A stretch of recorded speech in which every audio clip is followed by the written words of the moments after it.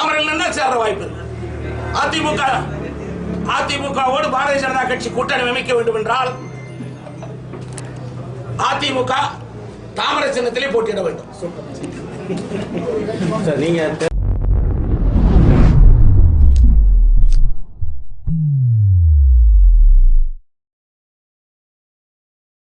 அரிப்பு ஒருத்தங்க சொறி வந்துருச்சுன்னா சொரிஞ்சுக்கிறதுக்கு இடம் கிடைக்கணும். அப்படி ஒரு சொறி இப்பொழுது விவசாயிகள் போராட்டம் என்பது காங்கிரஸ் கட்சிக்கு எதிர்கட்சி பாரத பிரதமர் மத்திய அரசுக்கு எதிராக இருக்கக்கூடிய கட்சிகளுக்கு ஏற்பட்டிருக்கிற சொறி சரங்கு அதை சொரிஞ்சு கொள்கிறார்கள். அவ்வளவுதான் என்ன பொறுத்த வரைக்கும். ஏன்னா நான் அரசியலுக்காக ஒரு பரபரப்பை உருவாக்க வேண்டும் என்பதற்காக நடத்தப்படுகிற போராட்டம். அங்கே எதிராவது பணம் விழுவுமா, அங்க ஏதாவது சட்ட ஒழுங்கு பிரச்சனை வருமா, அதை எடுத்துக்கிட்டு திரியலாமான்னு காங்கிரஸ் கட்சியும் மற்ற அரசியல் கட்சிகள் எதிர்கட்சிகளும் தெரியுது. குறிப்பா திமுக சட்டப்பேரவையிலேயே சண்டை வர வைக்கிறதுக்கு பாக்குது. பாத்தீங்களா எவ்வளவு அயோக்கியத்தனம் நடத்துறாங்க சட்டமன்றம். அது நான் ஏற்கனவே சொல்லிக்கிறேன், செபால தோட்டத்தில் குதித்தாடுகிற செங்கோரங்குகள் கூட்டம் தான் இன்னைக்கு சட்டமன்றம். தமிழகத்தினுடைய சட்டமன்றம் செபால தோட்டத்துக்குள்ள குரங்குகள்லாம் போயிட்டா என்ன ஆகும்? வெளியே வரும்போது சட்டமன்றம் அந்த தோட்டமா இருக்குமா? இலையை கூட பிச்சு போட்டுரும். இன்னைக்கு இருக்கிற திமுக சட்டமன்ற உறுப்பினர்கள் ஸ்டாலின் தலைமையில் இருக்கிற திமுக, அதுவும் குறிப்பா பேரவைத் தலைவர் சில்லறை மகா சில்லறை வாய் துடுக்கு, எந்த தகுதியும் கிடையாது. இதே ஆள் காங்கிரஸ் கட்சியில் இருக்கும் போது கலைஞர் பத்தி என்ன பேசுறாரு சொன்னோம்னா செத்து சுண்டம் ஆயிடுவாரு. பெரிய திராவிட இயக்கத்தை காப்பாற்றுற மாதிரி பேசிட்டு தெரியல. என்ன லட்சியம் இருக்குது, என்ன கொள்கை இருக்குது, அவர்கிட்ட என்ன இருக்கு? இந்த மாதிரி மோசமா கீழ்த்தரமா 4ஆம் தர பேச்சாளர் மாதிரி, 4ஆம் தர பேச்சாளர் சொன்னா கூட தப்பு, 8ஆம் தர பேச்சாளர் ஸ்பீக்கரா மானகட்டவன். எதுக்கு அரசியல் எதிர்ப்பு கஷ்டம், அரசியல் சொறி, அரசியல் அரிப்பு. பதவிக்கு வரணும் மத்திய அரசுல இருந்து போதா சொல்ல. அப்பயே நீ ஒப்பம் ஜனகணம் பண்ண பாடுறாரு, நீ பாட மாட்ட. இந்த கட்சியினுடைய தோற்றுவாயா இருந்தார் அண்ணா, அவரை முதலமைச்சரா இருந்தாரு. அப்ப கவர்னர் ஜனகணம் படிச்சா இல்லையா? ராஜாஜிக்கு தெரியாத, காமராஜருக்கு தெரியாத, வெங்கடாச்சலத்துக்கு தெரியாத, கலைஞருக்கு தெரியாத, அண்ணாவுக்கு தெரியாத இந்த ஈழப்பறவை ஸ்டாலின் தெரிஞ்சிச்சா? இவன் ஆதரிக்கிறவன அவன் கட்சி நடத்துறான் ஜாதி கட்சி மாதிரி. இப்ப நம்ம கொங்குங்களா இருக்குது இல்ல, ஜாதி கட்சின்னு சொல்லிவிட்டு என் ஜாதி உயர்த்தறன்னு சொல்லிவிட்டு ஒரு சீட்டு வாங்கிட்டு போய் நிப்பான் பாரு, ஒரு சீட்டை வாங்கிட்டு எம்பியாவா? அது மாதிரி ஜாதியை உயர்த்ததுக்காக ஜாதி கட்சின்னு சொல்றான். எதுக்கு சொல்றான்? அரசியல் அனாதை ஆனவன் ஜாதியின் பின்னணியிலே போவான். அரசியல் அனாதைகள் தான் ஜாதியின் பின்னணியிலே போவான். அவன் அரசியல்ல முடியல, அரசியல் கட்சியில் அவனால முன்னேற முடியல, அதனால ஜாதிக்கு பின்னணியில போறவன்.